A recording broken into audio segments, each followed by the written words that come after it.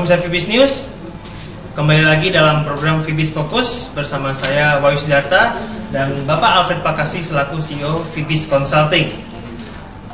Pada edisi Fibis Fokus kali ini kita akan mendiskusikan mengenai kebijakan quantitative easing khususnya dari The Fed, di mana belakangan ini tampaknya memang isu perlambatan ekonomi global kembali memanas sehingga spekulasi bahwa bank sentral di dunia akan menyuntikkan stimulus lebih lanjut juga ikut meningkat, khususnya The Fed. Investor global juga tampaknya cukup antusias menanti kejelasan lebih lanjut mengenai quantitative easing tahap ketiga dari The Fed. Sebelumnya The Fed telah melakukan kebijakan QE sebanyak 2 kali. Yang pertama adalah pada bulan Maret 2009 sebesar 1,7 triliun US dollar, dan yang tahap kedua dilakukan pada bulan November 2010 sebesar 600 miliar US dollar. Pertama-tama kita akan melihat sebenarnya apa dampak kebijakan QE ini terhadap pasar investasi. Yang pertama dapat dilihat bahwa tampaknya kebijakan QE ini mempunyai dampak yang positif terhadap bursa saham Wall Street.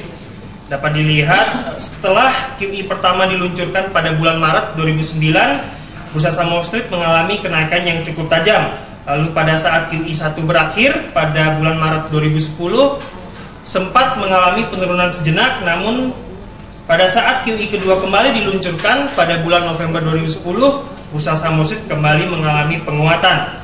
Secara umum, Dow Jones dan Nasdaq selama kurun waktu sekitar 2 tahun pada saat kebijakan QE ini berlangsung telah mengalami penguatan sekitar 80 hingga 90%, sedangkan indeks S&P 500 sendiri mengalami kenaikan sekitar 100%. Nah, selanjutnya pengaruh atau dampak positif dari kebijakan ini bukan hanya terhadap indeks Dow Jones saja, namun juga mengalami pengaruh terhadap bursa saham Indonesia. Dapat dilihat setelah QE pertama diluncurkan, IHSG melesat cukup tajam.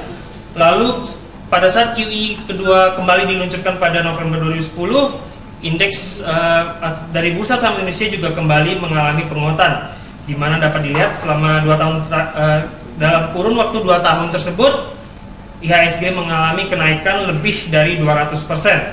Sehingga kesimpulannya untuk pasar saham tampaknya kebijakan QE ini mempunyai dampak positif yang cukup signifikan. Berikut kita lihat dampak QE ini terhadap mata uang US dollar dan harga emas. Dapat dilihat kebijakan QE ini justru mempunyai dampak yang negatif terhadap US dollar, di mana dari tahun 2009 hingga pertengahan 2011 indeks dolar terus mengalami pelemahan, sedangkan sebaliknya untuk harga emas terus mengalami kenaikan selama kurun waktu pelaksanaan kebijakan QE tersebut. Nah, setelah kita melihat bahwa kebijakan QE ini mempunyai dampak terhadap pasar investasi, tentunya juga mempunyai dampak terhadap perekonomian dari Amerika Serikat sendiri. Nah, Pak Alfred, sebenarnya kebijakan QE ini mempunyai dampak yang seperti apa terhadap ekonomi AS sendiri? Ya, kalau kita mencoba menyimak dari apa yang belum lama ini disampaikan oleh Chairman The Fed, yakni Ben Bernanke, menyebutkan bahwa QE ini telah berhasil katanya menyumbang tenaga kerja, lapangan pekerjaan 2 juta untuk 2 juta orang begitu di Amerika, dan memang terjadi penurunan unemployment rate yang sempat hampir 10%, ya sekarang sekitar 8,3%. Katanya seperti itu. Saat ini pengangguran di Amerika masih cukup tinggi, ada sekitar 12,7 juta ya penduduk Amerika yang posisinya menganggur saat ini ya, statusnya. Jadi kemudian di sisi lain juga Ben Bernanke menyebutkan bahwa pertumbuhan ekonomi Amerika dapat diangkat hampir mendekati 3% begitu secara year on year. Demikian yang Ben Bernanke sebutkan seperti itu. Namun kita sebenarnya dapat melihat secara lebih tajam.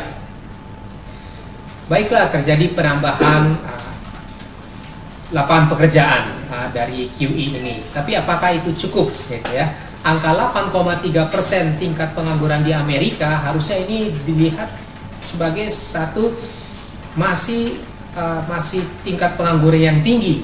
Ya, tingkat pengangguran yang tinggi, sementara Amerika ini sudah mengalami tekanan resesi selama 4 tahun atau bahkan lebih kalau kita melihat dari sejak era subprime mortgage, ya begitu. Nah, jadi setelah 4 tahun lebih begini masih tingkat pengangguran 8% lebih. Nah, ini harus dilihat ini, wah, ini ada sesuatu yang kurang tepat dalam kebijakan perekonomiannya. Begitu. Demikian pula dengan pertumbuhan ekonomi. Kalau data yang terkini, data kuartal kedua 2012 menyebutkan bahwa laju pertumbuhan ekonomi Amerika itu adalah 1,7%. Ya.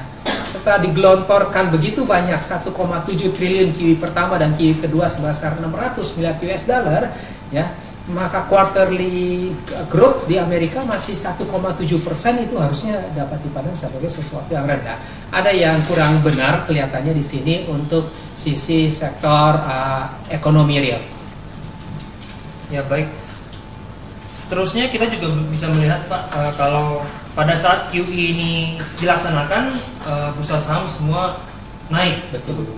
Namun pada saat QE ini berhenti, tampak langsung cenderung mengalami pelemahan. Lalu dari sisi ekonomi juga tampaknya seperti yang Bapak bilang bahwa walaupun mengalami penurunan, tingkat pengangguran tetap masih berada dalam level yang cukup tinggi. Lalu pertumbuhan ekonomi dari Amerika Serikat sendiri juga tampaknya masih kurang memuaskan. Ya.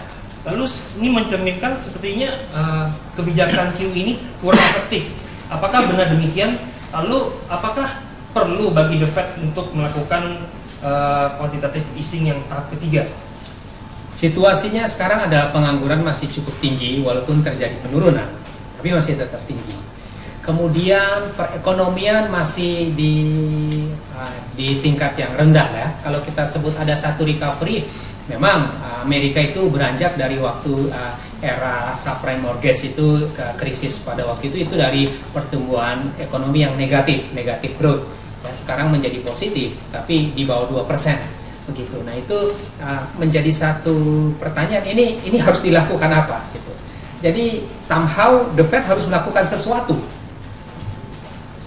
Yang dapat dilakukan The Fed memang antara lain adalah melakukan proses stimulus ekonomi, ya, termasuk adalah quantitative easing. Jadi kalau pertanyaannya akankah dilakukan, saya cenderung untuk menyebutkan ya akan dilakukan begitu.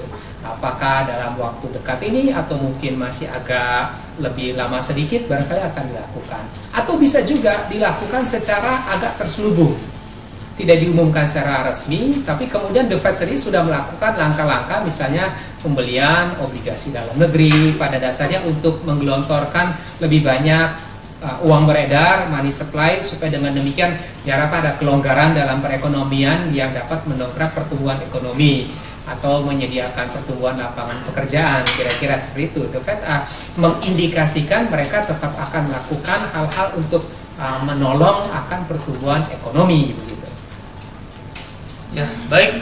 Jadi kesimpulannya adalah bahwa cepat atau lambat tampaknya The Fed harus melakukan stimulus untuk mendongkrak pertumbuhan ekonominya. Dan kebijakan ini tentunya akan cukup dinantikan oleh investor karena secara umum mempunyai dampak yang positif terhadap pasar saham.